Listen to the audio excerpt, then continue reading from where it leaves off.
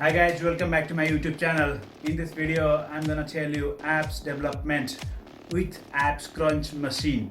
So without wasting time, let's get into the action.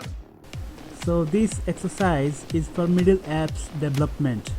First, adjust the seat height according to your comfort. Put some weight in the machine if you want. As you can see, we have used 10 pounds of weight for middle apps development.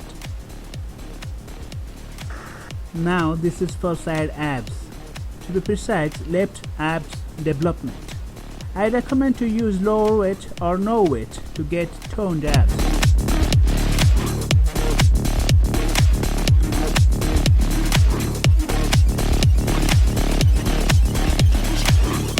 And this is for right abs.